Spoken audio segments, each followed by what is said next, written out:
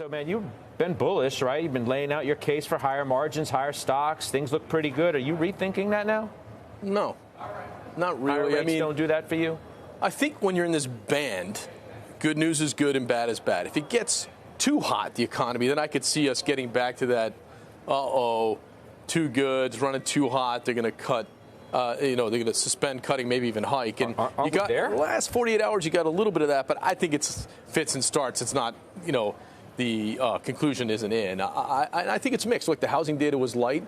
Retail sales was strong. It's mixed. It's like the weather. It's 80, and then it's going to be 50. I don't see it as a clear. That's annoying, right? Clear, yeah. You just make up your mind. Weather. Make up your mind. So I think that we're getting that sort of inconsistent data right now in the economy. I don't think it's enough to make them start hiking rates. I think it's just delaying. Remember, what were these guys at 7 cuts at the beginning of the year, which we all thought was a little bit, equity guys thought was kind of ridiculous. So, look, maybe we're in that band where to the upper end. If we get a run of hot, the people will freak out. But right now, I think the economy's still okay. I feel like the Fed isn't changing like the weather, though. It's like cloudy with a side of higher for longer.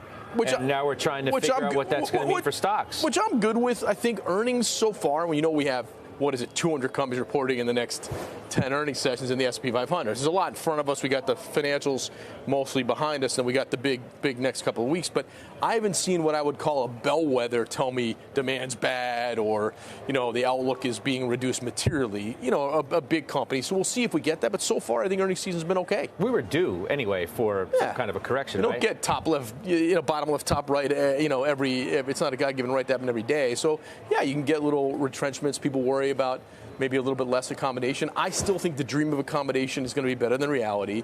As long as the economy is okay and earnings are okay and margins are going up, stocks are good. The thing I watch every day is financial conditions.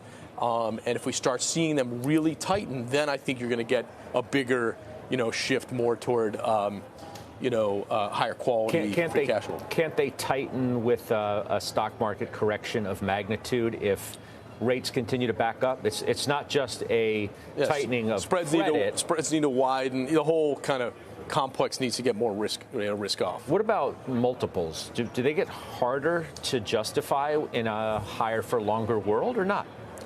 We did a whole bunch of work on the relationship between multiples and margins last week because there's a lot of old school folks who would just say, look, like the market's expensive. That's all I need to know. Eventually, we're going to mean revert down. And I think the problem with that is if you use history for the S&P, you're not really accounting for the fact that there's so many businesses. I think 36% of the S&P 500 market cap now is 60% gross margin or higher. It was like 15% 25 years ago. There's just less manufacturing, more software, more services and higher margin businesses. And higher margin businesses sort of asymmetrically get higher multiples. So I think you could be oscillating around this level, not back to 15 to 17 times that I think a lot of old school people have as the sort of anchor in their head. Yeah, but I still think, and if I recall correctly, I remember, Buffett on our air, not that long ago, handful of years, justifying, elevated multiples based on how low interest rates were. So how can multiples be justified at high levels with low rates, and then now we're justifying the same multiple at much higher rates than where we were? Ex post. Square that.